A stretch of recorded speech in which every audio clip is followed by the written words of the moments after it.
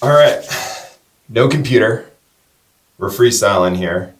And today we're going to be talking about the best boots for heliskiing. Less of like a gear guide and more of just kind of a general overview of things that you should know when you're thinking about what boots you're going to wear specifically for skiing on a heliskiing trip.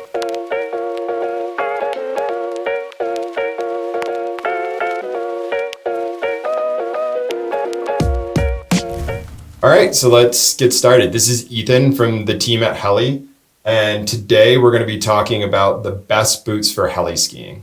And it's really going to be focused on a couple key aspects of ski boots in general to help make sure that you have the best time possible on your heliskiing trip.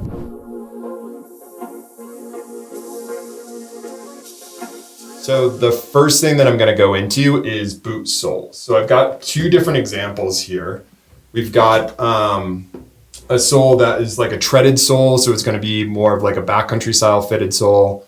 And then we also too have here a DIN compatible like resort based sole, things that you'll typically see on like a resort boot.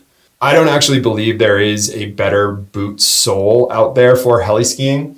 Some people really like to have the additional grip. You are getting in and out of a helicopter.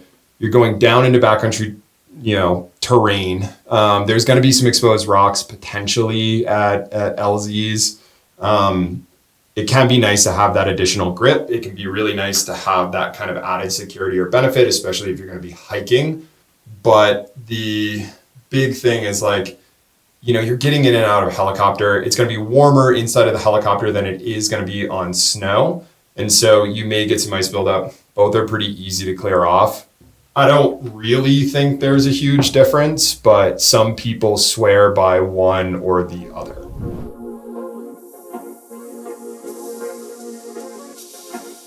The next thing I wanted to talk a little bit about is fit. So fit can be incredibly important. Something that we hear from a lot of people is, I go heliskiing in my old boots. It's got a packed out liner and it's incredibly comfortable. We actually advise against that. You're losing performance having an older boot, whether it's flexing too deeply, whether it's, that packed out liner causing shin bang, you're floating around and moving around. You do want a comfortable boot. The last thing you want to do is be out there and having spent a considerable amount of money on a ski experience and find yourself in pain. And this is actually something that we recommend to all of our customers. Our experts, our team have all utilized Surefoot. Their boot fitters are incredible. We're actually going this season to get new ones. And so if you want something that's going to fit really, really well and still be high performance and be comfortable, Surefoot's kind of a solid way to go. You're going to be guaranteed that someone is a professional boot fitter. They're really good at their process and system, what they do, as you can tell by the reviews that they get online. One thing that's another big aspect of heliskiing is warmth and warmth in the boot. Yes, you are going to be in a warm helicopter between runs, but you're also going to be, waiting for a pickup. You're going to be doing safety briefings in the morning on your first day. You're going to be in your boots a lot. You're going to be outdoors a lot. You want to make sure that your boot is warm. Now, warm and ski boots don't always go together.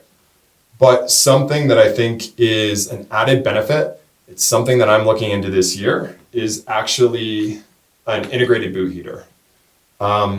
If you are worried about warmth, it's something that our team has experience with and actually recommends to a lot of our customers who are thinking about going on a longer heliskiing trip.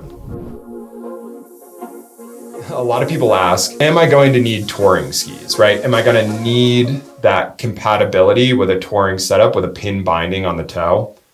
If you're an avid skier and you tour a lot, you probably already know the answer to this. But for a lot of people, they're curious. Do I need a backcountry style boot? Do I need things like walk mode? Do I need that pin binding compatibility? And the easy answer is no.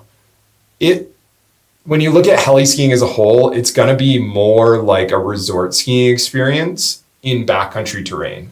What I mean by that is the rental fleets that they have for demo skis at most of these heliskiing operations, They are classic sort of in resort style skis, meaning they're going to be powder skis, you're going to be skiing in deeper snow, but the bindings are going to be what you would come to expect at a typical ski resort.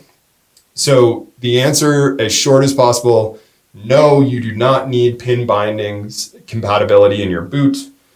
You don't need a walk mode. It's totally preference. I tend to not even flip mine up when heli-skiing, just for the off chance I forget it. And then all of a sudden I'm skiing and I'm wondering why the hell my boot feels so uncomfortable. So pretty much the walk mode is a totally unnecessary thing. You have it on your boot, great. If you don't, it is not going to impact your day whatsoever. Boots are incredibly important. They are going to be a make it or break it aspect of your day heli-skiing. We highly recommend going to Surefoot, working with a professional boot fitter, whether it's Surefoot or not, in order to make sure that the boots that you have are, one, on the newer side, season or two, right, at most, and two, have a very comfortable fit, not too loose, performance-based, and you really want to make sure that you have a game plan with warmth and you've been out in those ski boots at least a couple of days at the resort. They don't have to be 5-year-old boots that are super loose and comfortable. You just need to have that little bit of reassurance that you're not getting rubbed, you're not, getting any sort of shin issues, and you're feeling really good in those boots to make sure that when you commit to a multi-day heli-skiing trip, nothing's holding you back.